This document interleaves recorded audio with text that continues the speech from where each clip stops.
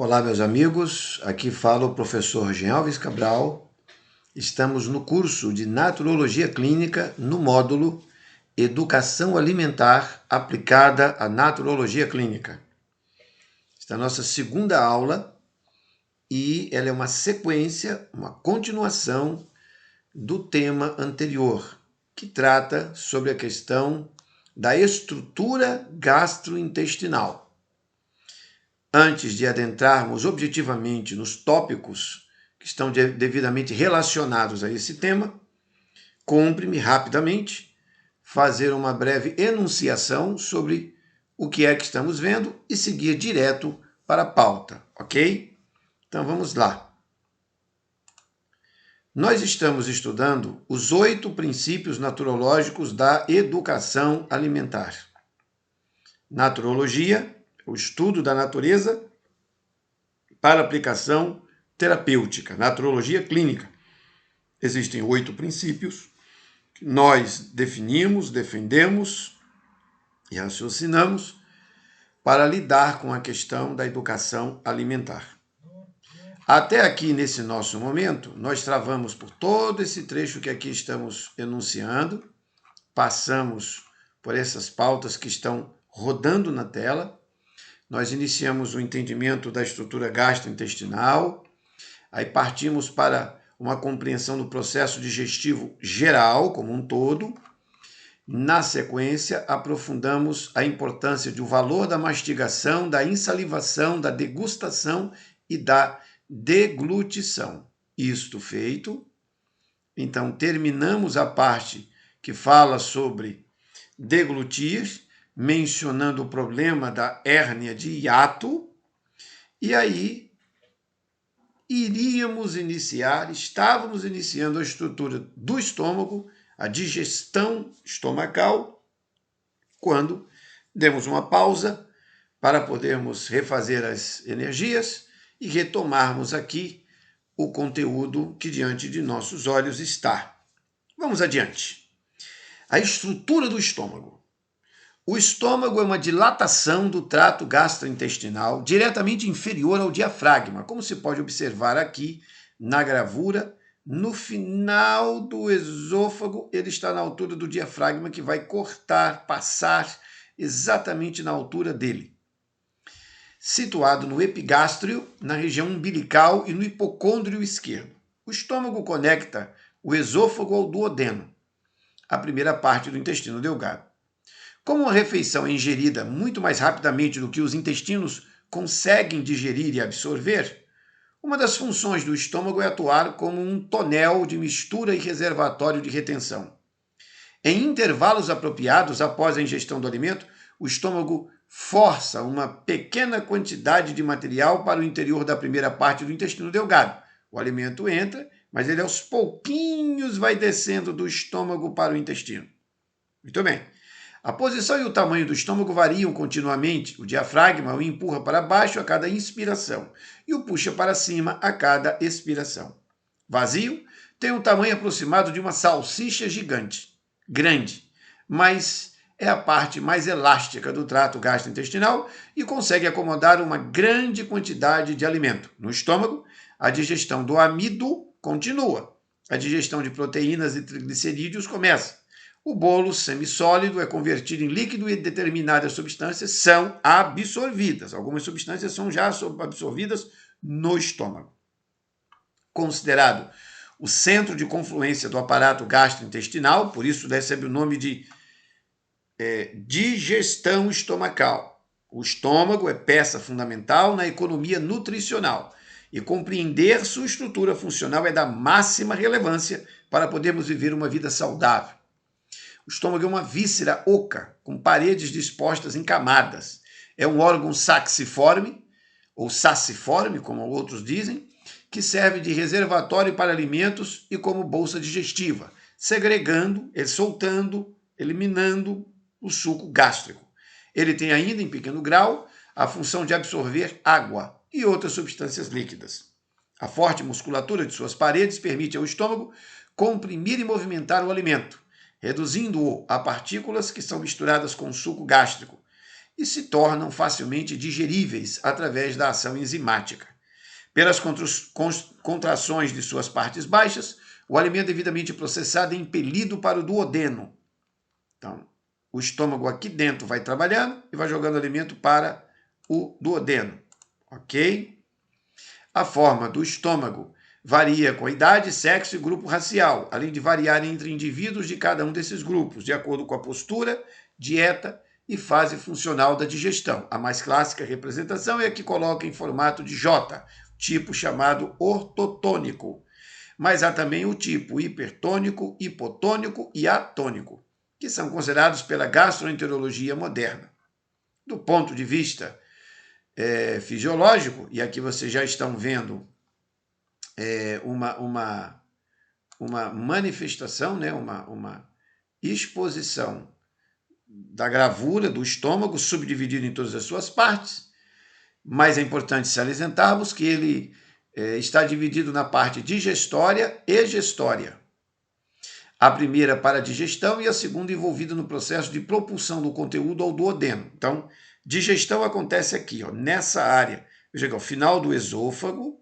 Aqui você tem, no final do esôfago, aqui o hiato, que tem a capacidade de permitir que o alimento que desceu vai lentamente caindo para cá. Dentro do estômago, você tem diversas partes que eu não vou mencionar, que efetivamente estão na gravura, devem ser estudadas e analisadas por quem faz o nosso curso, e também tem o Atlas do Corpo Humano que precisa ser verificado, e os alunos sabem disto. Mas o mais importante que quero observar é que aqui, ó, no final do estômago, ele entra aqui, quando chega nesse trecho, certo? Existe o músculo esfíncter do piloro. Do piloro. Aqui está o piloro e aqui tem um músculo.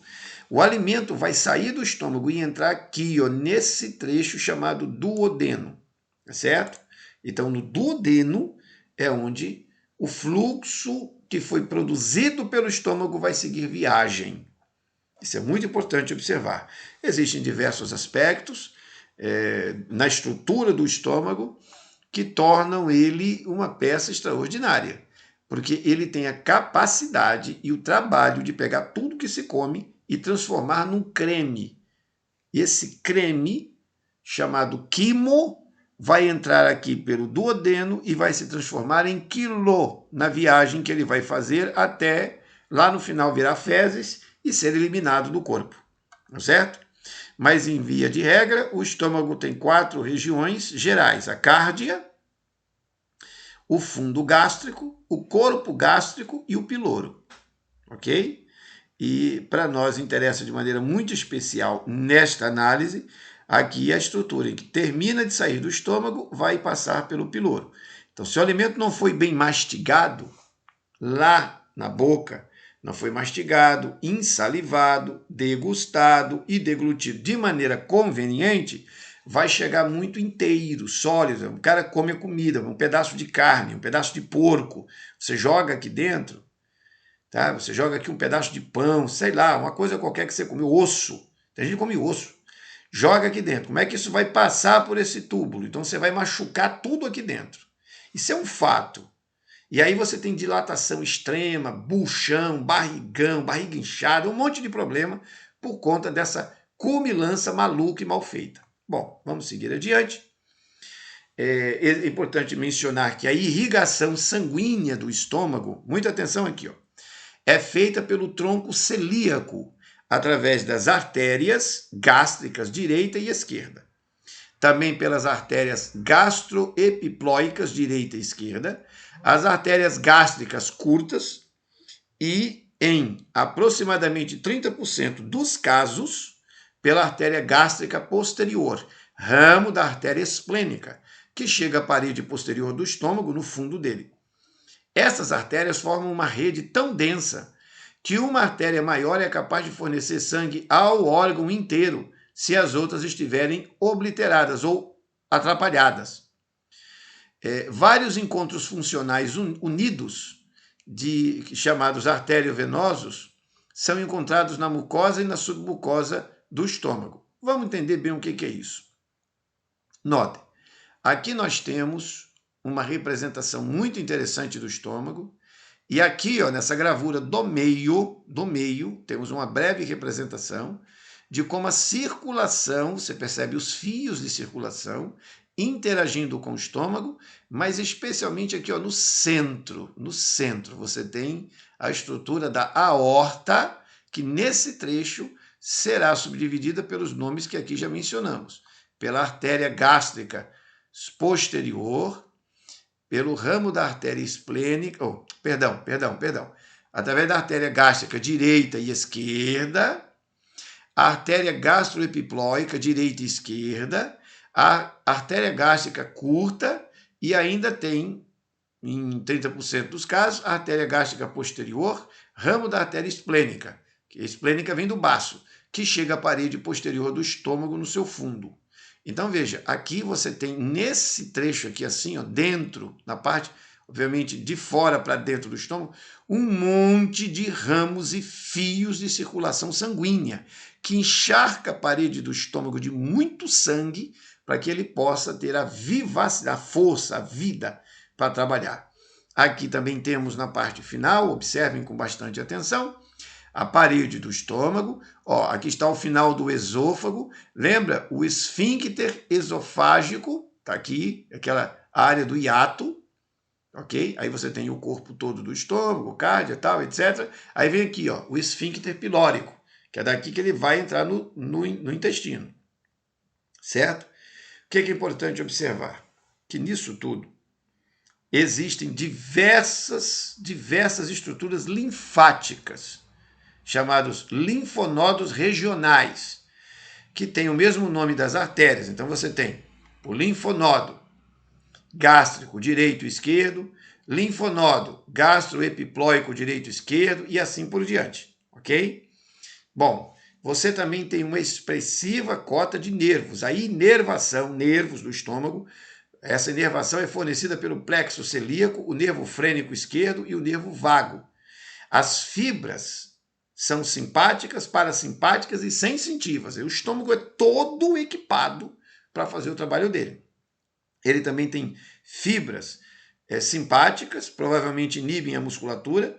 As fibras parasimpáticas aumentam o peristaltismo, que é o movimento que ele faz, e a secreção gástrica que acontece nele. Então, é um super aparelho com diversas funções, conectado a sangue, a linfa, nervos, músculo, uma superestrutura em desenvolvimento. E é muito importante entender que ele é sensível à temperatura, possivelmente à dor e à sensação de fome. Então, o estômago sente todas essas dinâmicas em sua plataforma. Entendido rapidamente, em linhas gerais, obviamente, aqui não é um tratado sobre gastroenterologia, mas em linhas gerais, partimos então da estrutura geral do estômago para a digestão estomacal. Considerada a mais importante questão fisionutricional pela maioria dos autores, dos quais discordamos, porque reputamos como essencial todas as 10 fases da estrutura gastrointestinal humana, aqui houve um erro de digitação e eu quero me penalizar todas 7 fases. Existem 7 fases da estrutura gastrointestinal humana. Foi um erro de digitação, mas já corrigi aqui em tempo real. A digestão é tema de calorosos debates, pois é nela que se concentra o bolo alimentar secundário, ou seja, aquele que foi preparado pela mastigação, insalivação, degustação e deglutição, que eu quero aqui também em tempo real colocar em itálico, para ele ficar destacado, certo? Então, assim, para funcionar bem, a digestão estomacal tem que ter boa mastigação, insalivação, degustação e deglutição. Pois bem, vamos ao seu entendimento que a semelhança dos aspectos anteriores é igualmente fácil de conceituar. Notem, aqui na gravura anterior, eu mostrei aqui para vocês essa representação interna do estômago, obviamente num corte que foi feito, tirar a metade dele para fora, nesse desenho, nessa representação, para mostrar por dentro. E aí ele todo fechadinho está aqui nessa representação e a posição dele no corpo está aqui, ó. Você percebe que ele está mais à sua esquerda, está vendo? Porque a gravura do bonequinho aqui, desse desenho, você olhando de frente para ele, O estômago está à direita de quem olha, mas no corpo ele está para o lado esquerdo. Está mais para o lado esquerdo, como se evidencia. E ele tem uma parte dele que também vai em direção ao centro. Isso precisa ser bem observado pela gravura, ok? Bom, isto visto, nós aqui partimos então para a digestão, e essa parte interna dele, que é esse o ponto que eu queria observar, vocês têm aqui ó, uma foto, uma gravura, uma foto, em que você tem uma demonstração acerca do vislumbre microscópico da parede interna do estômago ao nível de tecido.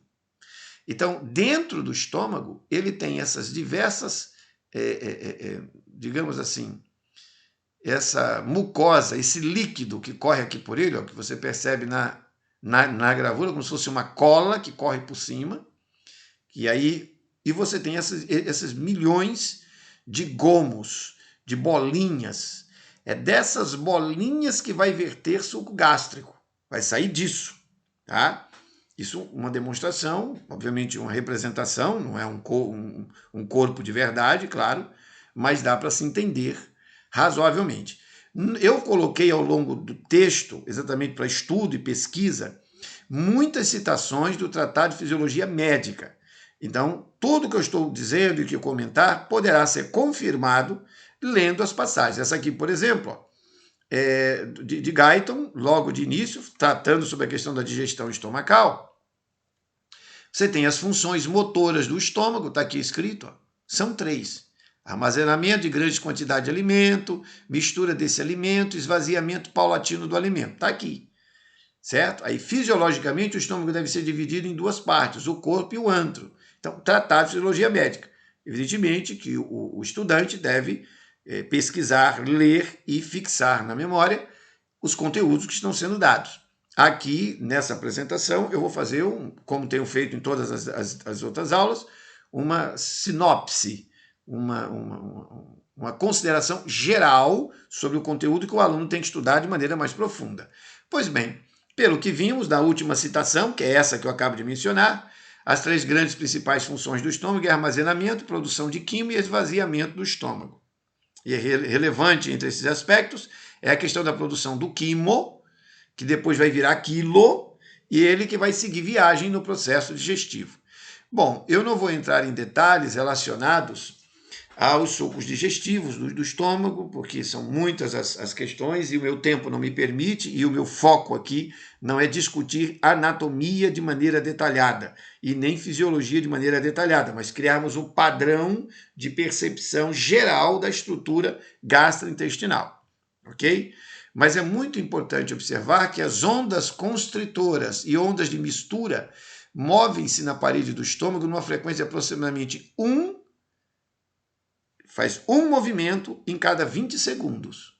Então, o seu estômago está aqui escrito. Isso foi tirado do Tratado de Fisiologia Médica de Guyton. Tá certo? Então, a cada, ó, eu vou até marcar isso aqui para ficar muito legal. Olha, quando o estômago está cheio, tá aqui, ó, marquei, vou botar em vermelho. Tá vendo aí, ó? Quando o estômago está cheio, ondas fracas, chamadas de ondas constritoras ou ondas de mistura, movem-se ao longo da parede do estômago numa frequência de aproximadamente 1 em cada 20 segundos. Então, ele faz um movimento a cada 20 segundos. Muito bem? Isso aqui é importante entender. Mais adiante, nós vamos entender muitas coisas que estão envolvidas aqui. Bom, o quimo, ainda na citação de Guyton, o que é o quimo? Depois do alimento ter sido misturado com as secreções do estômago, a mistura resultante que passa para o intestino é chamada de quimo. E o grau de fluidez do quimo depende das quantidades relativas de alimentos e de secreções do estômago e do grau de digestão que ocorreu. A aparência do quimo é de uma pasta. Ó, a aparência do quimo é. Peraí, aqui, ó. Vou marcar aqui para todo mundo, sublinhar. Veja que beleza. Aqui, ó.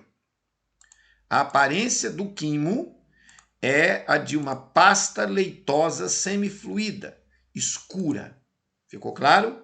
Muito bem. Então, aqui, novamente, uma representação do estômago para fixação da abordagem, as principais partes e as conexões.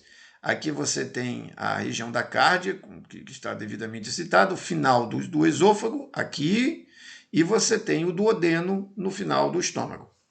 O esvaziamento do estômago é determinado pelo grau de atividade das ondas peristálticas antrais, então ele vai soltando conforme ele vai trabalhando e ele vai relaxando e trabalhando. E a bomba pilórica, que é aqui onde está o esfíncter pilórico, vai puxando para o intestino aquilo que o estômago vai produzindo e lançando nele, certo? Bom, eu quero avançar, deixa eu ver aqui.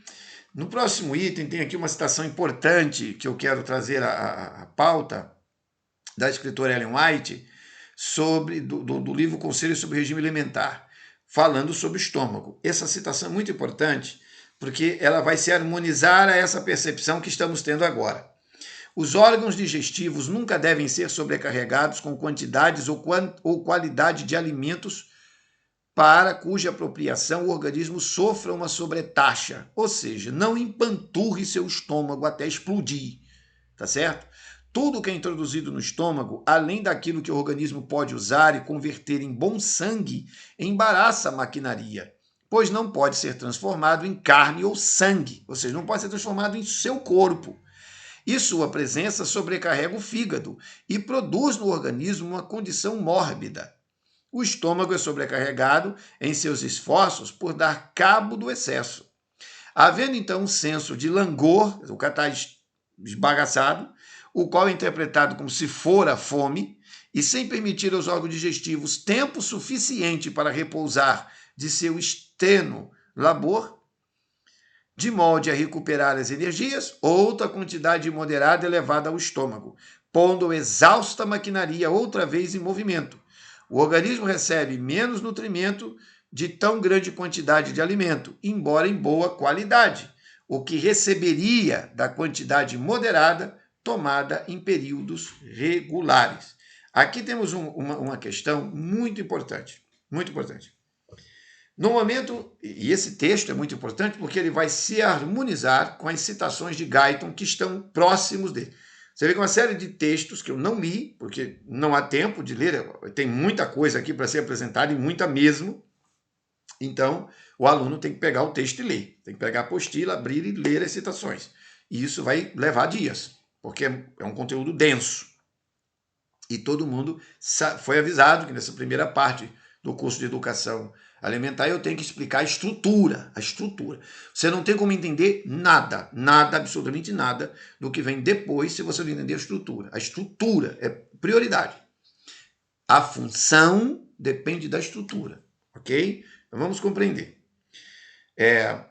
O estômago não pode receber uma carga expressiva de comida, mesmo que seja comida boa, mesmo que sejam alimentos saudáveis.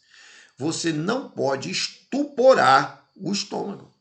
Existem pessoas que, sinceramente, comem montanhas de comida. É uma coisa assombrosa. São dinossauros. Parecem loucos comendo. O cara bota ali 1 quilo de comida de uma vez e taca isso para dentro do estômago. Isso abarrota, estupora tudo. Então, obviamente, pessoas sensatas vão comer o suficiente para renovar as forças. Quando eu chegar na parte das regras que você tem que seguir para manter o seu sistema gastrointestinal funcionando numa boa, e nesse curso nós vamos tratar disso, antes de falar de alimentos e essas questões que normalmente o pessoal adora, eu quero saber qual é a comida, como é que prepara alimentos e tal. Antes de falar disso, eu preciso fundamentar de maneira muito clara como é que funciona a estrutura onde esse alimento vai ser colocado, tá certo? E não tem possibilidade de falar sobre isso sem eu dar essa pausa aqui e dizer, não empanturre seu estômago. Outro fator importante que já foi enunciado aí no texto de Ellen White, e que é primoroso, excelente, onde ela diz o seguinte, que o camarada bota a comida para dentro do bucho e não espera nem fazer a digestão, já quer comer de novo. Eu costumo dizer que tem pessoas que só comem uma vez no dia. Ele se levanta pela manhã, começa a comer e só termina quando vai dormir. E ainda levanta de madrugada para um pequeno lanchinho. Quer dizer, isso é um miserável, isso é um desgraçado, está arrombado todo por dentro, estoporado por dentro. As pessoas têm que ter bom senso, bom senso. É para refazer as forças que os lordes, os príncipes comem, tá certo? Então o povo, no geral, precisa ser orientado a viver como príncipes e filhos de Deus, e não como loucos, pagãos e malucos que vão jogando de tudo dentro do bucho, como se isso aí fosse uma lata de lixo, que vai jogando aí o estômago que se vire. Está errado. Não funciona assim. Temos analisado até agora, obviamente de maneira muito resumida, mas o texto permitirá um estudo detalhado, e no sistema acadêmico do nosso curso, o aluno vai ter as aulas, as pesquisas adicionais, aí vai a fundo. Então os alunos sabem que no nosso encontro eu tenho mais ou menos entre 9 e 12 horas de conteúdo, e é acelerado. Mas quando ele vai para a parte de pesquisa, aí ele vai ter que mergulhar, isso leva um mês, não passa todo dia está estudando, beleza? Então esse item precisava frisar, porque aqui nós já temos uma indicação muito importante de que a estrutura gastrointestinal possui limites. Bom, definido isso, avancemos aqui. Falamos do texto de Ellen White, que foi excelente, esse comentário dela aqui foi muito oportuno. E aí, eu quero trazer aqui para a cena a questão da secreção gástrica. Tá? Então, veja, aqui eu tenho uma breve representação de um daqueles gominhos. Deixa eu mostrar aqui, ó, novamente. Aqui, eu subi. Tá aqui, ó. Tá vendo o gominho desse? Aqui na tela agora, o gominho. Cada gominho desse, ele tem essa estrutura aqui, ó. Vê se vocês conseguem entender que isso aqui é um gominho, ó. Isso aqui é um gominho. Tudo isso que está aqui, ó, chamado mucosa gástrica. E esse gominho, ele tem, vamos aqui, ó. Ele tem célula mucosa do colo, tá aqui. Ele tem células parietais, são representadas aqui. Ele tem células semelhantes a enterocromafins. Enterocromafins. Células principais. Ele tem células D e células G. Deu para entender a complexidade de cada gominho dentro do seu estômago? Agora note, cada célula dessa que está na parede dos gominhos e que tem funções especializadas, vai trabalhar diversas questões. Então vamos lá. A célula mucosa do colo, que é assim que é chamado aqui na estrutura, dentro da parede do... Ó, tá aqui o estômago e dentro da parede interna. O que ela vai fazer? Ela vai produzir muco e bicarbonato. É esse mesmo, sabe? O bicarbonato de sódio vai ser trabalhado dentro de você, bicarbonato. O estímulo para a liberação, a secreção tônica, a irritação da mucosa, a comida chega, bate na parede do estômago, a célula mucosa do colo produz muco, beleza? Agora, ela tem uma função de secreção que encontra nessa estrutura uma barreira física entre o lúmen e o epitélio, entre o lugar que produz o muco e a pele interna do próprio estômago. Aí, bicarbonato vai ser produzido pela célula mucosa do colo e jogado dentro do teu estômago. É secretado com o muco. Então, o muco vem misturado com o bicarbonato. E isso funciona para quê? Para tamponar ou proteger o ácido gástrico para evitar dano ao epitélio. Note, esse item aqui é muito importante.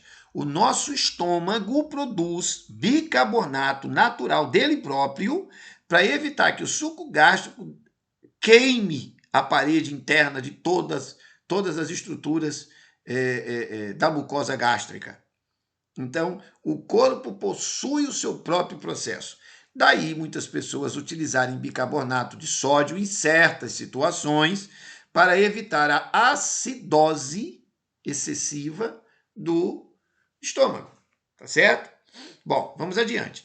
Depois você tem aí, observando a tabelinha, células parietais na parede do estômago, beleza? E aí ela vai produzir o ácido gástrico, que isso é um fator intrínseco dela, é uma função do estômago, a produção do ácido gástrico, o suco gástrico.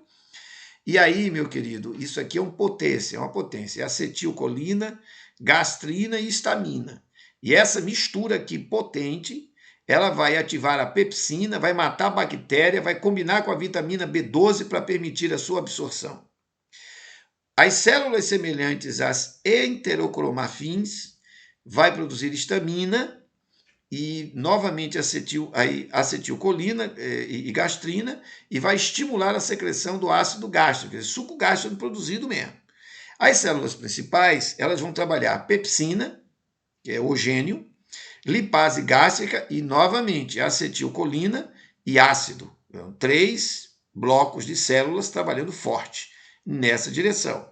E vai digerir proteínas, digerir gorduras, vai derreter proteínas e gorduras. A parede, você vê que são células com cores diferentes aqui na tela. Então, cada gominho daquele tem células especializadas para funções diferentes, num único gominho. Você tem células que vai produzir a somatostatina, que é o ácido no estômago, e vai inibir a secreção de ácido gástrico dentro de certas condições que ele mesmo sabe como fazer. Por último, as células G vai produzir gastrina, que vai estimular a liberação de acetilcolina de novo, peptídeos e aminoácidos, e com isso estimula a secreção do ácido gástrico. Essa plataforma de misturas de químicas que eu estou acabando de indicar dependem dessas estruturas da parede do estômago. Aí veja só, o sujeito pega essa estrutura todinha que eu acabei de mencionar aqui, com essa complexidade imensa, e ele resolve botar dentro desse estômago cachaça, Coca-Cola. Ele resolve botar dentro dessa parede aí do estômago, sei lá, uma maluquice qualquer aí. Ferra totalmente, destrói, ataca essas microscópicas células altamente sensíveis. Começaram a captar a ideia naturista, os raciocínios naturistas vêm lá na frente. Como é que alguém joga dentro dessa delicadíssima estrutura, com microcélulas altamente especializadas, um detergente igual Coca-Cola? Um detergente como refrigerante, escolha qualquer outro refrigerante. Você começa a entender como é que isso é maluquice? Como é que uma pessoa pega um copo de cachaça e joga dentro disso, queimando tudo, destruindo mucosa, arrebentando com célula. Então, e tem outras loucuras que as pessoas fazem, a gente sabe, a gente comendo aí toda sorte de doideira. Por exemplo, o cara pega, tem gente, por exemplo, que come, você pegar um pedaço de um porco e jogar em cima disso, um bicho morto, que está em decomposição, se deteriorando. É por aí, certo? Mas vamos voltar para o texto, porque eu não quero discutir essas coisas agora. Eu quero falar de estrutura gastrointestinal, para depois adentrar nesses debates. Mas aqui foi importante fazer esse breve comentário, porque, obviamente, nos faz refletir que nós somos malucos se nós fizermos uma doideira dessa. Imagina você, vai destruir a mucosa do seu próprio estômago, isso não tem nexo. Vamos adiante. Bom, aqui na tela segue um texto com as exposições detalhadas sobre essa dinâmica. Eu não posso adentrar nele porque meu tempo voa e eu tenho muita coisa, ainda não saí do estômago, ainda vem pâncreas, vem duodeno, vesícula biliar, fígado, vem muita coisa por aí, então eu vou acelerar um pouquinho. Outra fase importante de Ellen White, aqui, que eu acho de máxima importância, o livro Conselhos sobre Regime Alimentar é essencial para os naturologistas, e a gente precisa entender isso aqui. Os órgãos digestivos desempenham parte importante na felicidade de nossa vida. Deus nos deu inteligência para que pudéssemos saber o que usar como alimento. Não devíamos nós, como homens e mulheres ajuizados, analisar se o que comemos é próprio ou irá nos causar danos? Pessoas que têm azia possuem, em geral, má disposição. Tudo parece-lhes contrário, e eles são inclinados a tornarem-se mal-humorados e irritáveis. Se deve haver paz entre nós, devemos dedicar mais atenção à questão de ter um estômago pacífico.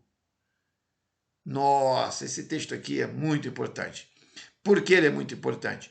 Porque ele me preparou para sair dessa óbvia exposição breve de como funciona a complexidade da secreção gástrica, que aqui foi enunciada, de uma plataforma que está dentro dessa dinâmica interacional na estrutura interna do nosso corpo, que tem aqui no esôfago o seu fechamento, tem aqui no esfíncter pilórico uma abertura, que vai trabalhar de maneira automática dentro da homeostasia, e que nas suas paredes é feito de milhões de gominhos como este que estamos vendo agora, cuja função é produzir os sucos digestivos especializados que permitam, em ondas constritoras e ondas de mistura, fazer o trabalho de criar o quimo. E esse quimo, uma vez produzido na forma de uma pasta leitosa semifluida escura, encaminhá-lo para o intestino. Ainda não vou entrar na parte de intestino, um pouco mais na frente. Agora quero rapidamente falar sobre o estômago e a condição emocional. Porque a última citação de que essa estrutura toda deve atender a essa coisa do estômago pacífico, porque as pessoas que têm dificuldade digestiva, com azia, mal-estar estomacal, elas tendem a ser irritadas, mal-humoradas. E aí nós vemos que precisamos ter um estômago pacífico. O que significa isto? Bom, vamos aqui. Por que a condição emocional atinge diretamente o estômago? O que há entre as emoções que ocorrem em nosso cérebro e o estômago? O que tem de relação aqui? Eu trouxe para a consideração o texto do Tratado de Medicina Interna de Harrison, na edição que eu evidentemente possuo, em que ele menciona o seguinte, muita atenção: indigestão é um termo frequentemente usado pelo paciente para descrever uma variedade de sintomas compreendidos como angústia associada com a ingestão de alimentos. Não sendo específico, o termo pode ter diferentes significados para os doentes e os médicos. No paciente com indigestão, é importante para o médico, primeiramente, conseguir uma boa descrição desta queixa. Para alguns pacientes, indigestão é a sensação de que a digestão não foi normalmente efetuada. Eles a podem descrever como uma sensação de plenitude abdominal, ou seja, bucho cheio, pressão e até dor. Outros podem usar o termo para descrever azia, eructação. O que é eructação? É arroto. Distensão, quer dizer, sentindo que o estômago está inchado. E flatulência, soltando gases, arrotos e até gases intestinais. A indigestão pode ocorrer como resultado da doença do tubo gastrointestinal ou em associação com estados patológicos de outros sistemas orgânicos. Isso aqui é muito importante salientar, porque pode estar acontecendo diversas coisas que atingem o estômago. As provas clínicas e laboratoriais podem revelar um processo fisiopatológico definido como responsável pelos sintomas num determinado caso de indigestão. Então, pode ter provas clínicas, pode ser exames de laboratório, tem diversos caminhos para se identificar que o estômago não está legal. Mas vamos ao ponto-chave que me interessa, eu botei em negrito.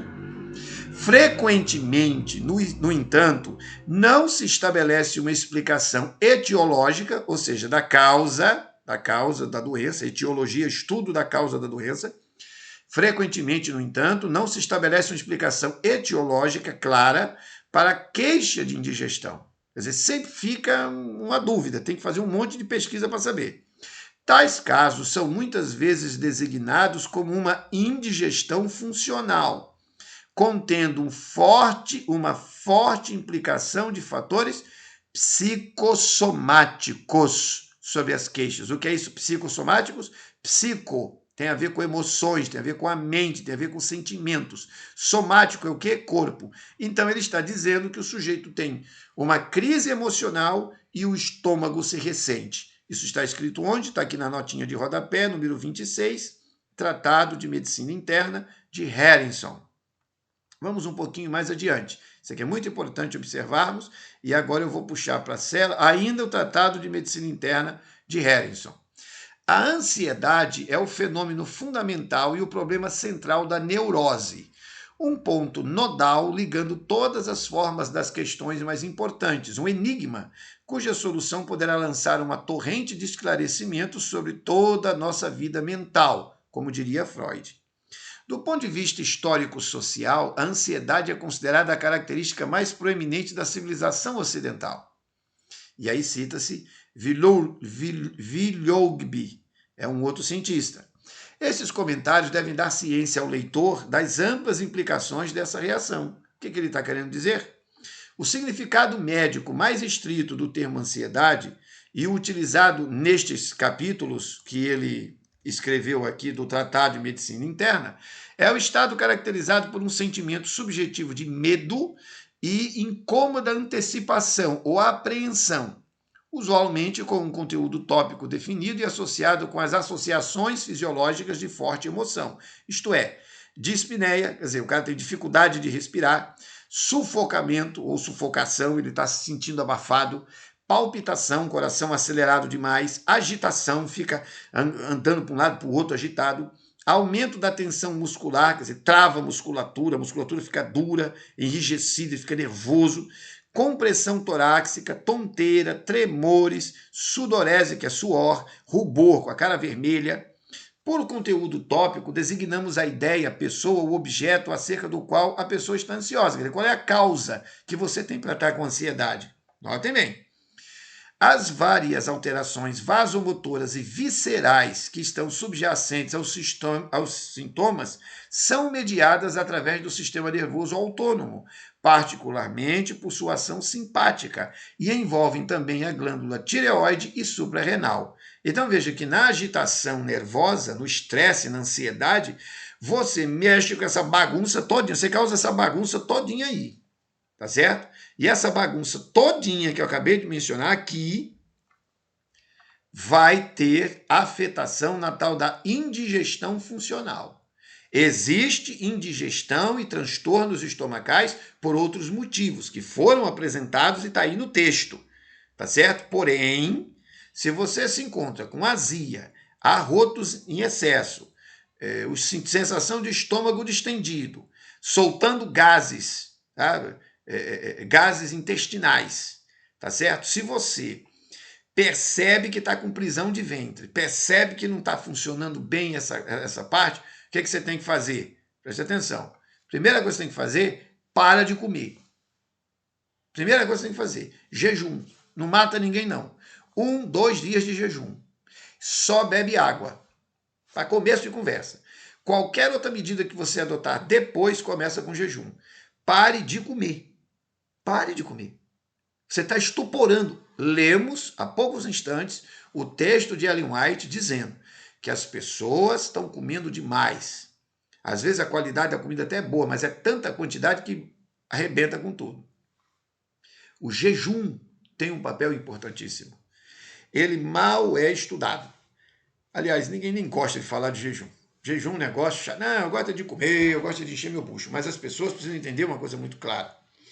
Que o jejum, ele é um mecanismo de autodefesa, ele é um mecanismo de proteção fundamental, extraordinário. Então, muita atenção com essa pauta. Está se sentindo com indigestão, constipado, para de comer. Fica um dia sem comer. Só beba água. Você já vai aliviar tudo. Você vai permitir ao estômago descanso, a possibilidade de trabalhar, reorganizar as coisas. Tá? Isso precisava ser dito aqui numa janela. Mais adiante, nós vamos entrar com detalhes em muitos aspectos sobre a tecnologia que pode ser usada sob perspectiva naturista para você regularizar a função gastrointestinal. Mas de agora já quero marcar a posição. Jejum é um negócio importante. Fica uma refeição. Você tomou o seu de jejum, comeu de manhã. Aí no almoço você comeu e se sentiu cheio. Não jante. Ah, mas vou sentir fome. Qual é o problema de sentir a fome da janta? Beba água. Coma só no outro dia de manhã.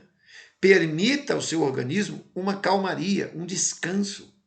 Você vai perceber que no outro dia de manhã você levanta com uma fome muito maior, realmente aproveita os alimentos com bom sabor e você percebe que se tinha dor de cabeça, ela sumiu. Se tinha sensação de empachamento, como dizemos aqui no Nordeste, sentindo que está tudo atrapalhado, aliviou. O jejum tem um papel importantíssimo. Bom, vamos seguir adiante.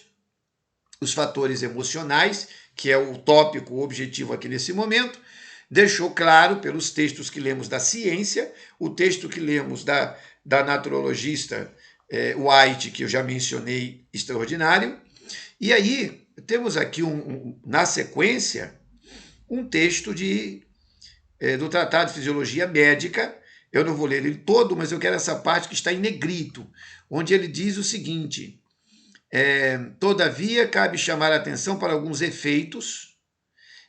Guyton vai falar aqui, ó, eu vou pegar desse trecho aqui, ó, que ele está falando sobre o controle das emoções, controle das emoções. Ele diz, ó, tá aqui, marquei na tela. Um dos quadros clássicos da disfunção hipotalâmica tem a ver com o hipotálamo, não vou entrar em detalhes sobre o que é o hipotálamo, mas é por aí, porque o hipotálamo tem que função? Ó, o hipotálamo ele tem a função medial, é o controle da ingestão de alimentos. Então, o hipotálamo está no centro do nosso cérebro, do nosso encéfalo, ele tem a função de controle da ingestão de alimento, a sensação de fome, todos os controles relacionados à digestão, tá? Aí, o que é que acontece?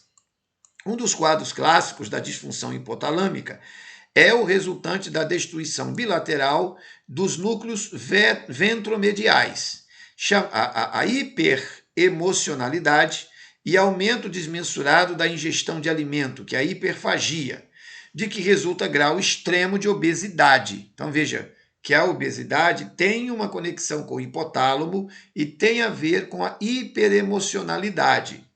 Segundo o Tratado de Fisiologia Médica, todavia, cabe chamar a atenção para alguns efeitos que acompanham essa obesidade hipotalâmica.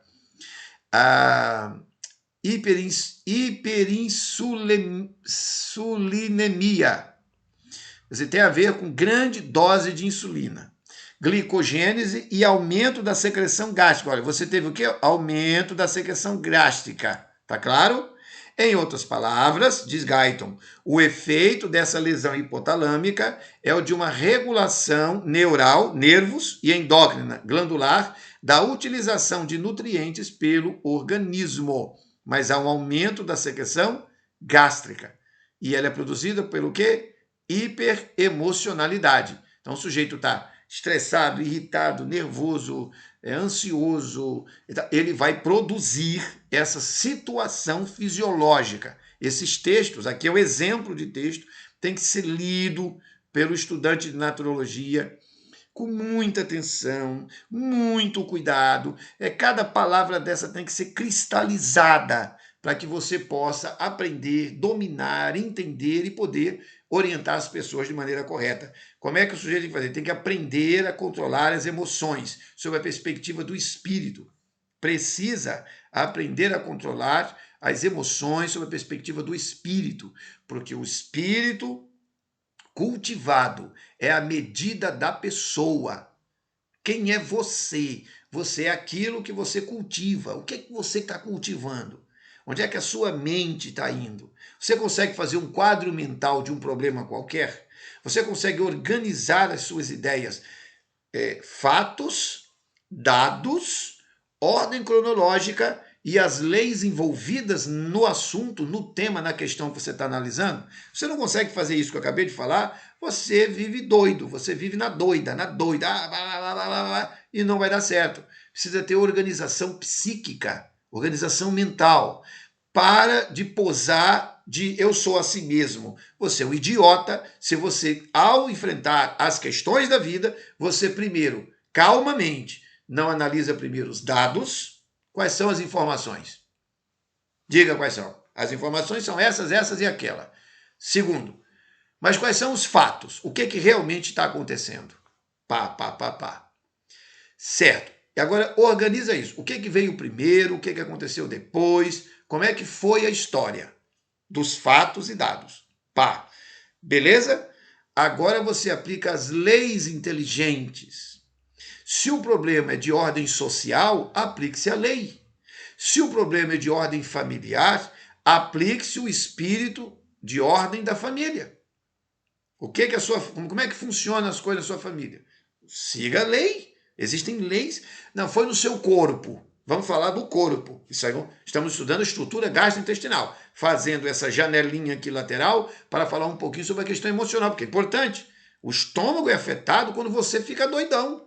Você fica nervoso, agitado, afeta o estômago, arrebenta com a digestão e aí entra o efeito dominó. E acabamos de ler o texto de que você fica gordo. Você, mulher, fica gorda, porque você é estressada, produz muito suco gástrico e o seu metabolismo entra num conflito enorme e dana comer. Então isso não dá certo. Precisa aprender a controlar as emoções. No outro curso que a gente tem, no outro módulo, falamos e discutimos e interagimos em relação a como dominar sua própria cabeça, ter o espírito pacificado, para ter um estômago pacífico. Foi a expressão que Ellen White utilizou. Vamos adiante, próximo item, né? Deixa eu me ver aqui. Tem uma última citação dela, são muitas as citações. Vocês, alunos, terão a ampla oportunidade de ler todas essas citações incríveis e são excelentes, são muito profundas, levaria uma enorme quantidade de tempo e eu não disponho dele para poder tratar de todos esses temas que aqui estão. Porém, a saúde do corpo deve ser considerada como essencial para o crescimento na graça e para a aquisição de bom temperamento. Se o estômago não for bem cuidado, a formação de caráter moral íntegro será prejudicada. O cérebro e os nervos relacionam-se com o estômago através da estrutura do nervo vago. Nós já sabemos que tem um sistema autônomo. Isso aqui é fato científico. O comer e beber impróprios resultam no pensar e agir impróprios também. E aqui eu preciso fazer uma pausa para relembrar que, rapidamente, quando o pecado entrou no mundo, entrou em cima de uma coisa que Adão e Eva não deviam comer. Quando Jesus Cristo veio ao mundo e foi tentado pelo inimigo no deserto da tentação, foi tentado, primeira tentação, uma coisa que devia ou não comer, que era pão. Devia ou não devia ter comido pão. Veja, tudo começou da parte do tentador para com a espécie humana, na história sagrada da Bíblia, começa com Adão e Eva sobre uma coisa que deviam ou não comer, e com Jesus Cristo, que veio salvar a espécie humana sobre uma coisa que deviam não comer. Será que comida tem alguma coisa a ver com a conexão espiritual? Porque se não tivesse, por que é que o tentador e o texto sagrado explicam que isso foi o primeiro critério utilizado pelo inimigo das vidas humanas? Então, isto não é um assunto qualquer, isto é um assunto da máxima relevância. Beleza? Vamos adiante aqui. Vamos seguir. Aqui aconteceu uma lambança, mas eu voltei para o texto. Pronto. Vamos voltar para cá. Muito bem, passamos então por essa questão do coração, sobre a importância do cérebro e os nervos se relacionarem com o estômago. Isso é absolutamente essencial entender.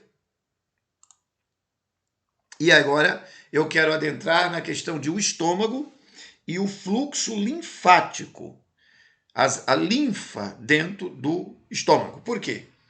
Porque o estômago tem a capacidade de drenar água. Notem, há algumas gravuras e representações que muito ajudam a entender como funciona a dinâmica da circulação da água que ingerimos diariamente e que, de nosso estômago, interagirá com todo o organismo, se algumas regrinhas forem adotadas. Nossa instrução sobre a ingestão de água é a de que ela deve ser usada com o estômago sempre vazio, ou seja, sem estar no circuito de digestibilidade.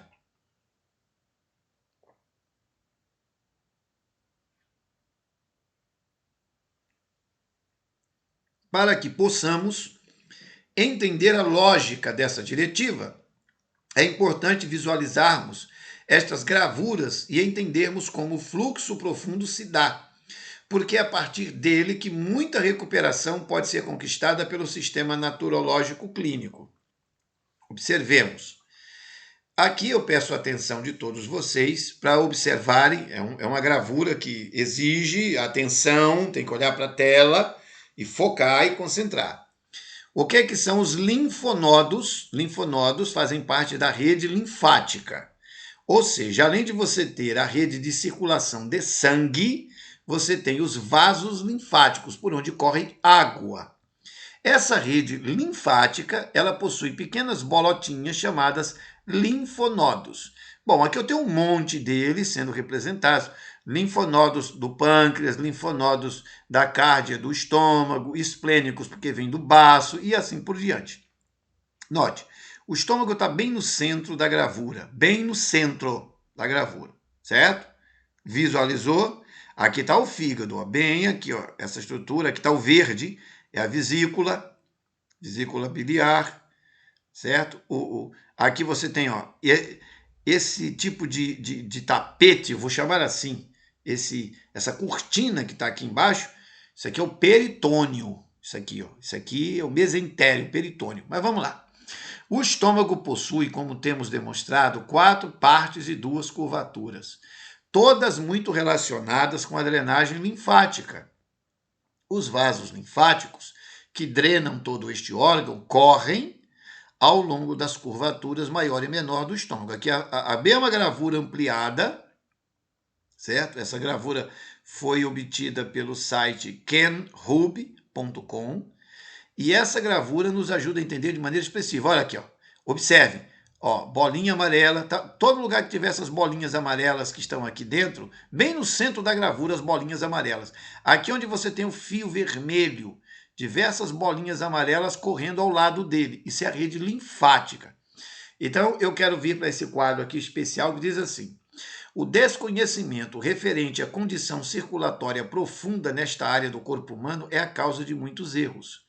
Observe-se que o estômago está profundamente carregado de vasos linfáticos e sanguíneos de ida, artérias, e retorno, veias.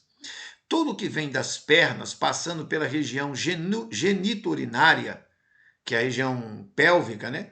Subindo ao intestino inteiro e depois abordando estes tecidos, este sangue e linfa de retorno vão intoxicar a pessoa inteira. O sangue que vem da parte de baixo subindo, ó, tá aqui, ó. Observe nesse desenho que você tem um círculo que ampliou aquele ponto lá dentro, mostrando com maior detalhe, ó. Você tem a bolinha verde, bolinha amarela, está na tela, na sua tela, à sua esquerda, quase na parte onde aparece meu nome aqui no final da página, no canto esquerdo, um círculo que aponta para a circulação de maneira mais expressiva, ampliando o entendimento. Está ali o fio de sangue passando, os fios amarelos e as bolinhas verdes. Ficou claro? Bom, aqui nessa próxima gravura, nessa próxima representação, eu tenho o quê? Esta parte é fundamental ser bem entendida porque febre gastrointestinal, objeto central do argumento de Manuel Lezaia Tacharan, está diretamente ligada a essa pauta. Que pauta? Olha, aqui você tem uma representação de um corte. Cadê o estômago? Foi tirado aqui nessa gravura, tirou fora o estômago. Tirou para mostrar que o lugar onde o estômago fica, existe um lugar chamado cisterna do quilo, e nós sabemos que o quilo é o substrato que é produzido dentro do aparelho gastrointestinal, daquilo que era primeiro quimo e que depois vira quilo. Ele é quimo quando ele está dentro do estômago. Quando ele sai do estômago, vira quilo.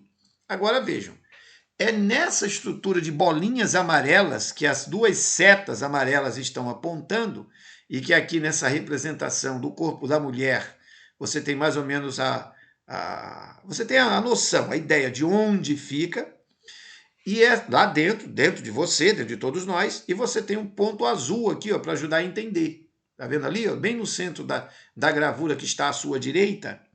Pois é muito importante observar que essa estrutura de irrigação de sangue e linfa profunda, e dentro da linfa corre água, no sangue corre sangue. Tá? No sangue corre sangue, é ótimo. Na circulação sanguínea vai correr sangue, na circulação linfática corre água. É a própria estrutura do fluxo hídrico profundo e do qual depende toda a homeostasia essencial. A homeostasia depende de água. 70% do corpo humano é água. E a água corre aí dentro. Agora está aí dentro do profundo, sabe? Por dentro, por trás do estômago. Assim, você imagina que teu estômago está na tua frente e atrás do estômago você tem coluna vertebral e um monte de estruturas internas no miolão, lá no centro. Está aí uma visão dessa plataforma. Você tem aqui o trecho do intestino delgado, que está aí todo irrigado e conectado. Então está tudo conectado. Eu espero que essa gravura aí ajude bem a entender que o que afeta teu estômago está em conexão com o que afeta o intestino, com o que afeta tudo. Tudo, o sangue, a linfa, corre de um lado para o outro, para o outro para o lado, e assim eles interagem. Por isso que o problema estomacal nunca é do estômago. É um problema regional, atinge toda uma área, beleza? A temperatura nesta região só pode ser mantida em 37 graus se houver boa hidratação nesta área. Tem que rodar água aqui, tá? Bom, eu não vou entrar em detalhes sobre a cisterna do quilo, que também é chamada de cisterna Chile, não vou entrar nesses detalhes, porque o meu tempo não permite, e é uma pauta para investigação detalhada, para compreender a lógica anatômica de como isso aqui funciona. Pois bem, mas é importante observar, nessa próxima gravura, vamos ter aqui uma outra exposição também muito interessante, dos linfonodos. A cisterna do quilo novamente aparece aqui na foto, nessa gravura, a cisterna do quilo tem uma seta, e aí você tem, nesse ponto exato, você tem aqui, ó, essa estrutura em azul, que está cortada, proposital, para poder mostrar os linfonodos. O importante é mostrar onde estão as bolinhas amarelas, porque elas são sistema imunológico puro, elas são água e elas ajudam a controlar a temperatura total dessa região. Tá? Então você tem a aorta, você tem a cava, dentro, obviamente, de suas ramificações e seus nomes, e ela muda de nome dependendo da região, enfim. Mas é a rede de conexão. Cava e rede de conexão. Veia cava e a aorta. E elas estão bem no centro do corpo, e a irrigação como funciona. Entenda que isso está acontecendo agora. O centro do fluxo hídrico profundo, tanto de sangue como de linfa, é exatamente como está nessa representação. Aí eu quero entrar num aspecto muito importante, e eu quero olhar para vocês aqui por um instante e dizer, olha, é muito importante o que eu vou mostrar agora dentro dessa janela de raciocínios, e a gente está seguindo um par e passo, joia? Estou no estômago ainda, já vou a 1 hora. Eu disse que era coisa pra caramba e eu estou acelerando. Se você ler cuidadosamente os textos que eu coloquei aí, tem que sentar, tem que ler, tem que ter foco, senão você não domina nada. Sabe? Não é assim, não é o bicho de 7 cabeças, impossível de entender, mas também não é uma revistinha para criancinha de 3 anos de idade. Precisa dar uma sentada, ler, ter uma aplicação, pegar a apostila, imprimir, botar em cima da mesa, anotar, rabiscar, ou não imprime, bota as folhas de papel em branco, sai anotando, tem que levar a sério. Note, eu vou explicar exatamente agora como é que você evita que o seu estômago entre em crise. Preste muita atenção. Como é que você faz para manter o seu estômago bem? Como você vai fazer? Essa explicação que vou dar agora ela é essencial para você aprender como lidar com qualquer quadro de qualquer pessoa que chega passando mal. Entendeu isso? Veja, siga exatamente como eu vou dizer. E funciona. Há 25 anos que eu sou naturologista. Há 25 anos eu aplico a mesma tabela em todos os casos. Todos. Não interessa o nome da doença que o sujeito diga que tem. Eu aplico a mesma tabela em todo mundo. E 95% dos resultados são excelentes. Você vai me perguntar, e os outros 5%? Os outros 5% não funcionam bem quando eu tenho outras situações envolvidas no problema que a pessoa diz que é do aparato gastrointestinal. Ela está se sentindo mal. Não é só correção de como vai cuidar do estômago. Não. Ela tem problemas emocionais, ela tem a coluna fora do lugar, ela está viciada em beber alguma coisa que não faz bem, ela fuma. Então tem outras variantes, mas é em 5%. Porque mesmo pessoas que têm esses comportamentos, e que eu jogo também para os 90%, para os 95% que dá certo, durante 25 anos de minha carreira e de inúmeros testemunhos de muitos alunos, funciona. O método que eu vou explicar agora é terapêutico, é prática, e ele tem que ser anotado e tem que ser seguido exatamente como eu vou dizer. Ah, por que que é assim? Isso você aprende no curso. Quando você fizer o módulo de cronobiologia, você vai ter uma noção muito ampla de por que que tem que ser assim. Agora, nessa janela, importa entender assim, ó, faz e ponto. É um protocolo, ok? Então, preste muita atenção. Às 6 horas da manhã, eu estou usando como referência um adulto, 1,70 m, 70 quilos. 6 horas da manhã, o sujeito toma um copo de 250 ml de água. Se ele vai usar alguma erva de fitoterapia, por exemplo, eu utilizo óleo de hortelã, certo? Eu utilizo óleo de hortelã. Ó, eu tenho o meu aqui, ó. Isso aqui é um vidro que eu uso. Eu não quero mostrar a marca, não, porque eu não vendo essas coisas. Isso eu uso, tá certo? Isso é um olhinho de hortelã. Então eu vou tomar num copo de 250 ml de água. No meu caso, citando como exemplo, eu tomo uma gota desse óleo em 250 ml de água. Acordei, boto o copo, pingo a gotinha e tchum, para dentro. Isso de imediato, funciona como um bactericida extraordinário. O óleo de hortelã, imediatamente, se tiver bactérias, H. pylori, o que for, ele vai me ajudar a matar essas criaturinhas que fazem mal. Vasodilata, estimula o estômago e a hidratação naquelas bolinhas amarelas que eu mencionei, que mostrei aqui nas gravuras, rapidamente, em 15 minutos, essa água toda é chupada pela estrutura linfática e cai direto no centro do meu corpo, vazando por dentro de mim e renovando a rede linfática.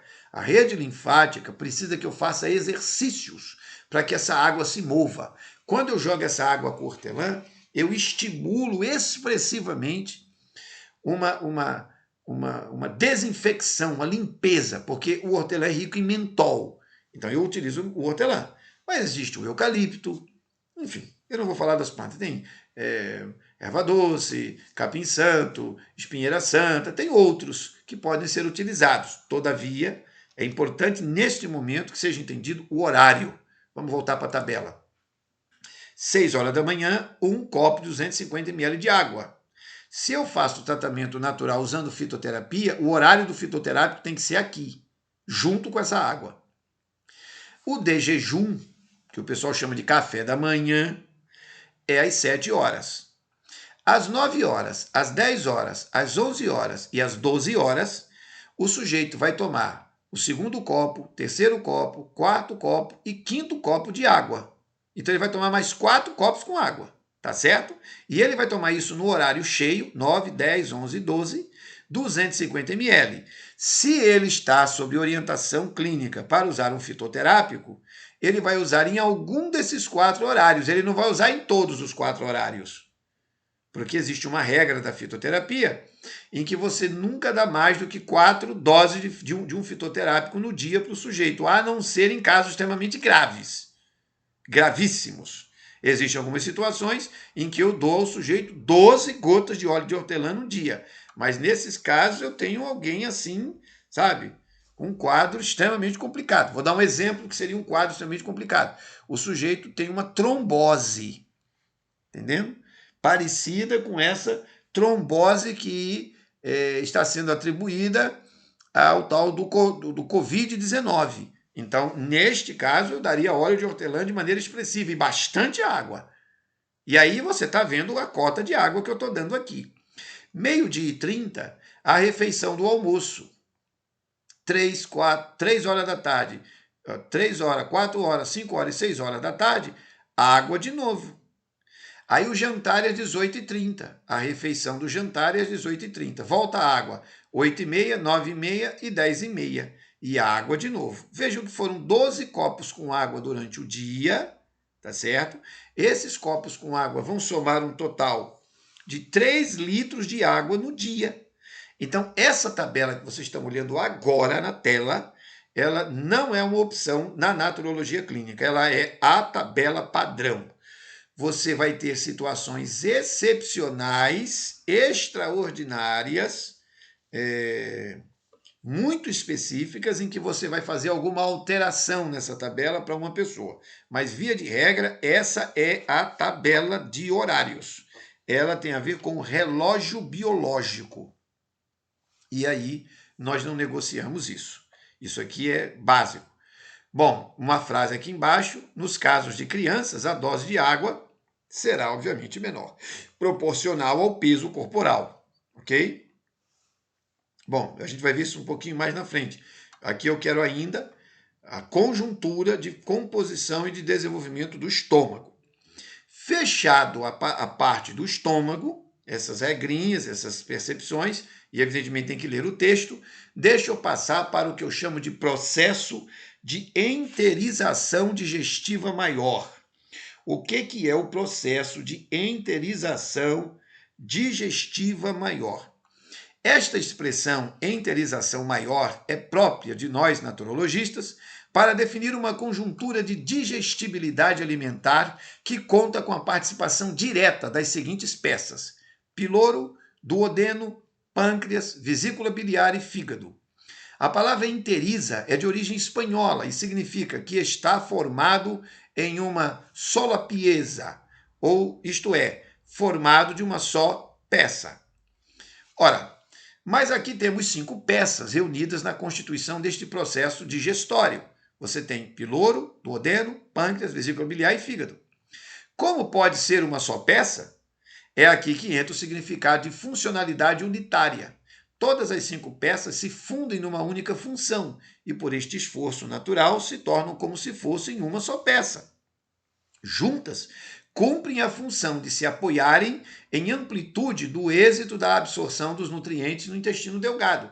De forma igualmente breve, consideremos suas participações e depois como elas, em conjunto unificado, apresentam uma base de sustentabilidade de nossa digestibilidade em seu melhor perfil.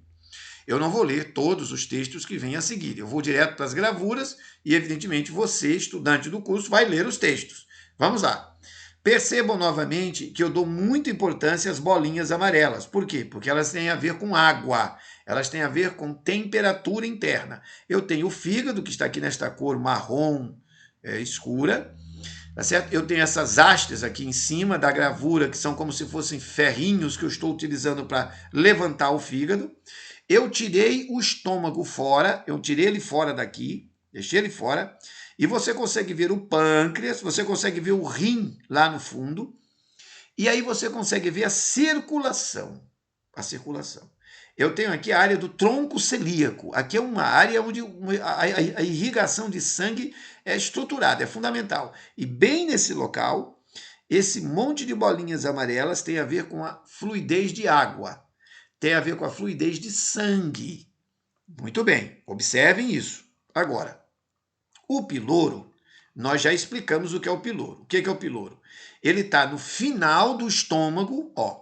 Piloro, já temos demonstrado sua relevante função na condução do quimo para a estrutura do duodeno. O piloro é a parte final do estômago e que dá início ao duodeno, que é a primeira parte do intestino. A bomba pilórica, basicamente, ela atua com o esvaziamento do estômago e é promovido por ondas peristálticas. Já falamos sobre isso. Então, essa bomba pilórica, ela está irrigada por muito sangue, está diretamente conectada, a bomba pilórica, conectada ao pâncreas e conectada ao duodeno. E a circulação é essa que está aparecendo aqui na tela. Eu não vou ler todas elas, porque o tempo não me permitiria isso, demanda, sei lá, dias para você ler todas elas, explicar todas elas. Mas aqui a lógica geral está ficando clara. Ó, tá aqui o pâncreas, você vê as setinhas apontando o nome de cada um. O esfíncter pilórico, que é o piloro, estamos falando agora dele, a parte superior do duodeno, etc. Tá, todas as partes estão aqui. Entra logo em seguida o duodeno. O duodeno já está nessa foto. O duodeno é exatamente essa representação do intestino, fazendo um círculo, não. Ele faz como se fosse um C, quase um U que perdeu uma perna, certo? Tá aí. Pois muito bem, esta parte de nossa estrutura gastrointestinal é interessantíssima. Ela possui cerca de 70 centímetros, em uma pessoa adulta está entre a saída do piloro e o início do intestino delgado, ok? Bom, no duodeno desemboca canais oriundos das seguintes partes: do estômago, propriamente dito, na via pilórica, da vesícula biliar, do fígado, do pâncreas, e seguindo adiante para baixo, o duodeno se liga com o intestino delgado, como já o dissemos. Aí vem um texto de Guyton, onde ele vai mostrar um texto extenso, mostrando que o duodeno tem diversos fatores e funções. Não tenho tempo para tratar de todos eles, mas já entendemos que ele é fundamental na elaboração do quimo. Um pouco mais adiante, quando eu for trabalhar com pâncreas, vesícula biliar, fígado, isso entra em cena. Bom, compete aqui ainda ao duodeno o controle da frequência de chegada de substâncias entéricas maiores que advêm da vesícula biliar, do pâncreas e do fígado no seu interior. Entendam. Diversos líquidos vão ser jogados dentro dessa área chamada duodeno. O pâncreas vai jogar um líquido aqui dentro, o fígado vai jogar outro, a vesícula biliar vai jogar outro líquido aqui dentro, e o estômago, através da bomba pilórica, está jogando aqui o quimo, que vai se misturar com esses líquidos do pâncreas, da vesícula e do fígado, e assim vai se transformar em quilo, para invadir o intestino e seguir viagem. Isso explicado. Vamos abrir aqui sobre o pâncreas. Bom, o pâncreas produz dois tipos de secreção: a exócrina, com função digestiva, e a endócrina, que secreta hormônios. Dois são seus hormônios, a insulina e o glucagon, de fundamental importância no metabolismo dos carboidratos. A porção endócrina que se constitui sob a forma de aglomerados de células imersas no tecido exócrino, as ilhotas de Langerhans, e em número de mais ou menos 1 milhão. Elas são constituídas por uma série de cordões de células poligonais ou arredondadas, permeadas por uma rede capilar sanguínea do tipo sinusoide. Bom, ficou claro? O pâncreas exócrino constitui 90% do tecido do órgão. A maior parte do nosso pâncreas, ele tem uma função digestiva, e a função endócrina é 10%. Mas o que eu quero mesmo nesse exato momento, eu vou subir aqui e quero vir para a gravura aqui. Aqui o pâncreas aparece nesse corte, ele vai estar bem aqui nessa área em que você observa. Deixa eu ver como é que eu explico para que você, porque eu não tenho certeza se o meu mousezinho está aparecendo, mas enfim, se estiver aparecendo, ótimo. Você tem de baixo para cima um pedaço do intestino que está cortado e ele tem um furo. Esse pedaço é exatamente o duodeno, e do lado dele você tem o pâncreas. Essa estrutura chamada pâncreas, ela tem um túbulo por dentro que vai desembocar dentro do duodeno o suco pancreático, tá certo? Que é exatamente isso que está sendo discutido aqui. Ele vai jogar lá o insulina, o glucagon, ele vai jogar o suco pancreático, enfim, ele vai fazer o trabalho dele. Entendido isso? Bom, pâncreas tem essa função. Agora, o produto de secreção, chamado suco pancreático, tem suas características determinadas em grande parte pelo tipo de alimento contido no quimo. Isso aqui é muito importante, porque a doutora Margarida de Melo Aires, na citação que eu usei aqui, para pâncreas, eu não vou ler toda a citação, meu tempo não me permite, mas ela vai mencionar, e vocês vão anotando e acompanhando, e assiste toda essa minha aula depois de novo, você vai ver que o pâncreas ele reage de acordo com o tipo de comida que o estômago produziu e caiu dentro do duodeno. O pâncreas, se for uma comida que é mais doce, o pâncreas vai jogar uma certa concentração. Se é mais salgada, ele vai jogar outra concentração.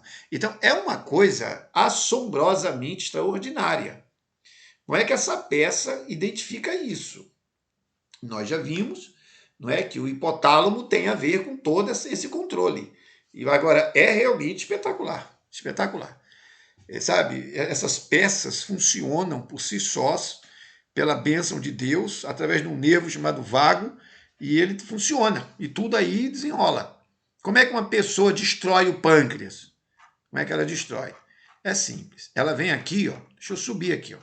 Ela vem aqui, deixa eu subir. Pera lá, vou lá em cima, na apostila. Vamos aqui, vamos para o estômago. A pessoa vem aqui, você está vendo aqui essa foto de novo? O sujeito vem aqui e taca bem aqui em cima cachaça. Cachaça. Ele joga bem aqui em cima Coca-Cola. Ele joga aqui uma carniça qualquer. Aí essa carniça qualquer cai aqui, é uma porcaria podre, que não serve para nada. É um veneno. Aí esse veneno vai viajar tudo que nós já vimos até aqui, e aí quando esse veneno, ele chegar, olha lá, desce, desce, desce, e chegar aqui no duodeno, o pâncreas não sabe nem o que é que ele vai fazer, porque não é doce, não é salgado, é um veneno, ele não está preparado para lidar com veneno, então você, além de arrebentar com tudo, ninguém sabe o que ele vai fazer, isso é o que o corpo vai fazer, ninguém sabe, vai virar um balacobaco doido aí. E aí isso vai virar um veneno, uma bomba, que vai descer pelo intestino e aí vem os problemas, que todo mundo quer resolver depois tomando comprimidinho, remedinho. Qual é o chazinho? O chazinho é o chazinho de tomar vergonha na cara. Esse é o chazinho. Tá? Começar a levar a sério. Porque isso aqui é muito sensível, são peças muito delicadas e que não pode ser tratada na doida. Está aqui uma exposição sobre o pâncreas. Vamos avançar. Já ficou claro, o produto de secreção, chamado suco pancreático, tem suas características determinadas em grande parte pelo tipo de coisa que tu botou aí dentro. Então, aqui, ó, uma citação importante, ainda da doutora Margarida de Melo Aires. Ela diz, após a penetração do quimo ácido do estômago, vindo do estômago no duodeno, a secreção pancreática torna-se abundante, passando seu fluxo secretório de 1 a 2 ml por hora para 3 a 4 ml por hora. Esse notável efeito é a resposta glandular a dois hormônios estimulantes da secreção pancreática, a secretina e a colecistonicina, pancreosinina, que tem esses códigos, ambos produzidos pela mucosa duodenal e jejum no proximal. Diversos estímulos provocam essa liberação para lidar com o quê? Podemos enumerá-los por ordem decrescente. Substâncias ácidas, principalmente ácido clorídrico, peptonas, soluções hipotônicas, aminoácidos, carboidratos, etc. Então, tudo isso é muito sensível. Não tem cachaça aqui, que não tem espaço para comida doida, certo? Vamos à vesícula biliar.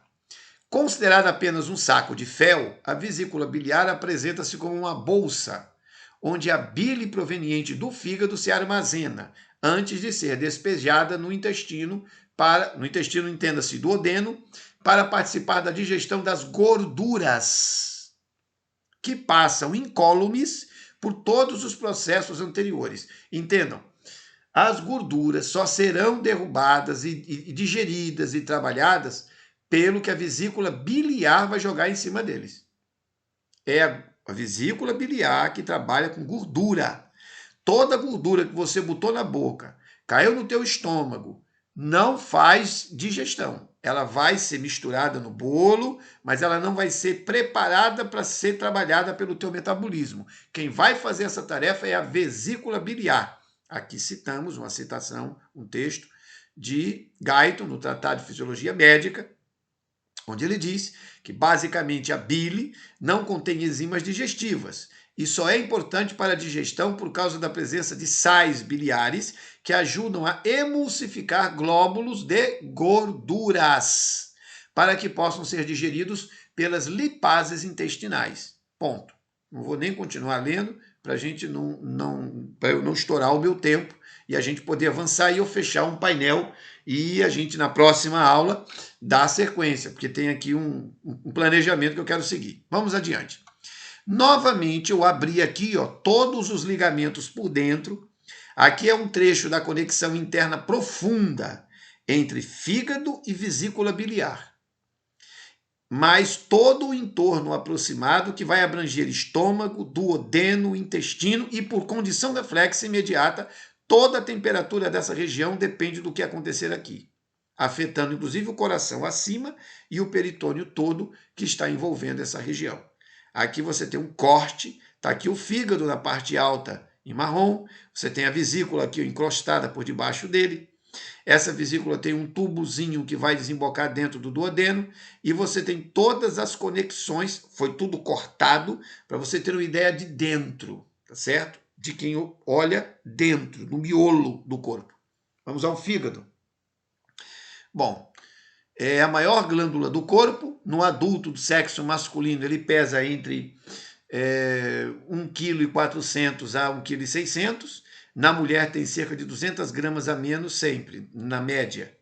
A rigor, o fígado é uma glândula de secreção externa, ou seja, é uma glândula exócrina, uma vez que seu principal produto, a bile, não é lançada na corrente sanguínea. A bile sai do fígado por um conduto próprio que a leva à vesícula biliar. Esta é uma bolsa de 50 a 60 centímetros de capacidade, onde a secreção é armazenada. Da vesícula, a bile sai por outro canal, o colédoco, que a conduz ao intestino delgado, onde vai participar do processo digestivo. A bile, portanto, não entra no sangue nem circula pelo corpo. Alguns autores, no entanto, também consideram o fígado uma glândula endócrina. Embora não secrete qualquer hormônio, o órgão produz e lança diretamente no sangue o açúcar, chamado glicose, elemento tão indispensável ao organismo quanto o próprio oxigênio. Isso está bem frisado aqui porque é isso mesmo, no final de tudo a mitocôndria está a fim de glicogênio. O fígado tem 5 funções conhecidas, que fazem dele um órgão vital. Quando se extirpa inteiramente o fígado de um animal, a morte sobrevém em horas, mesmo que se injete glicose, que é outra forma de açúcar, continuamente. Ao que parece, o fígado desempenha uma função desintoxicante, que, suprimida, provoca envenenamento mortal. Na fisiologia hepática, ele tem a função rotineira, que é mais conhecida, de secretar a bile. A segunda função consiste na armazenagem de açúcar, na forma de glicogênio. Traz também gorduras, proteínas, vitaminas e sangue. Ele guarda tudo isso nele. A terceira é o metabolismo de síntese. É a função de metabolismo e síntese. O que é isso? Tudo que o intestino absorve do bolo alimentar é levado ao fígado para transformação e armazenagem. Mas como é que isso é transferido para dentro do fígado? Através dessa estrutura aqui, ó. Olha aí, ó. Você está vendo aqui dentro como é que é maior. Olha um monte de fios amarelos, que é a rede linfática. Como é que essa rede linfática cheia de água vai invadir aí para cima? Como é que os fios de sangue, que estão aqui representados pelo vermelho e o azul, vão invadir aqui, ó, a vesícula e vão invadir a estrutura do fígado como um todo? Então, essa é uma função estruturada, certo? A outra função, que é a quarta função, o órgão produz células do sangue no feto. Então, num bebezinho, ele vai produzir. Depois do nascimento, essa função passa a ser exercida pela medula dos ossos do bebezinho. Mas somente em casos anormais, como hemorragias, anemias diversas, é que o fígado retoma essa atividade hematopoiética de produzir sangue. Mas, via de regra, ele não trabalha com isso. Ele não vai trabalhar com isso numa pessoa normal, só no bebezinho, a não ser em casos muito especiais. E ele também exerce uma função desintoxicante. Tá? Quando a gente diz aqui o termo desintoxicante, né, o termo desintoxicante é aceito com reservas. Por quê? Eu realmente entendo com reservas. Porque, às vezes, as substâncias resultantes da modificação são mais tóxicas que as primitivas, embora solúveis. Por outro lado, certos tóxicos, como a nicotina e a estricnina, podem ser totalmente destruídos pelo fígado, em baixa dosagem, é claro. Mas num fumante inveterado não tem como. Bom, aqui eu tenho uma outra representação interessante, e há uma citação de Ellen White que eu não vou ler, mas é muito interessante, quando ela diz que você não pode colocar peso excessivo para o trabalho do fígado e nem para os órgãos digestivos. Você não pode comer feito doido, ponto. Esse é um fato fundamental. Mas aqui a circulação linfática novamente mencionada, para que a gente tenha uma percepção de que a circulação linfática da estrutura do pâncreas, vesícula, duodeno, fígado e todo o entorno tem que ter um fluxo de água e de sangue, que funcione de maneira bem ordenada. Aqui você tem, para a gente fechar essa aula, uma representação da posição dos dois rins e de como a região onde está todo o trato gastrointestinal vai interagir com os dois rins e vai interagir os linfonodos e a circulação dentro dessa área. Por que é importante eu mostrar isso? Muito importante que eu mostre isso, porque tudo o que acontece nessa área está em intercâmbio. Esse é o principal fator de eu mostrar a estrutura gastrointestinal. E ainda vem mais uma aula. Eu vou entrar na pauta de peritônio.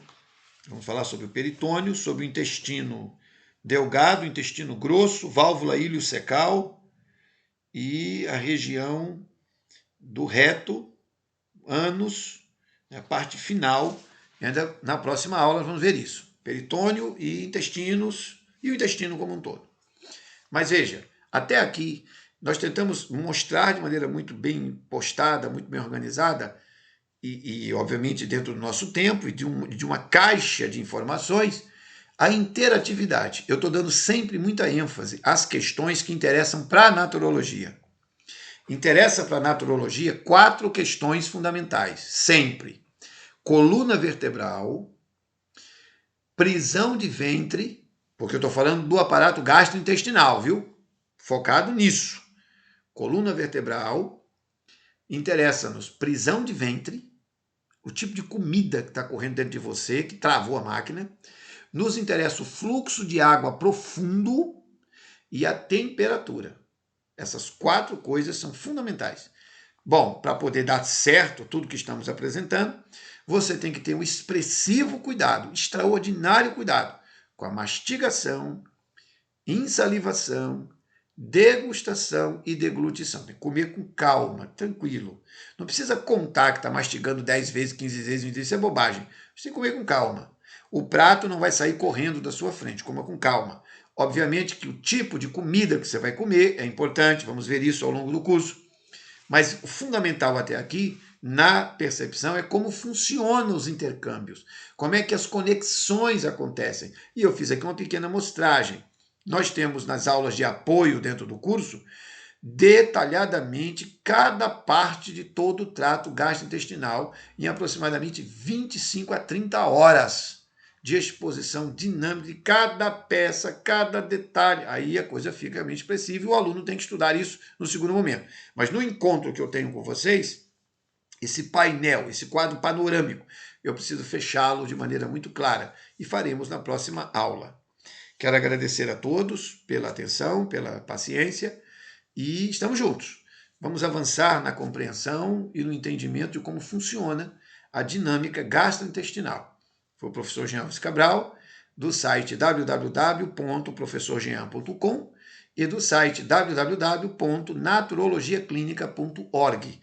Este é o curso de Naturologia Clínica e estamos na segunda aula do módulo de 8 princípios naturológicos aplicados à educação alimentar. O módulo de educação alimentar aplicada à naturologia clínica. Esse é o nosso tema, esse é o nosso alvo. Fique com Deus e até o nosso próximo encontro.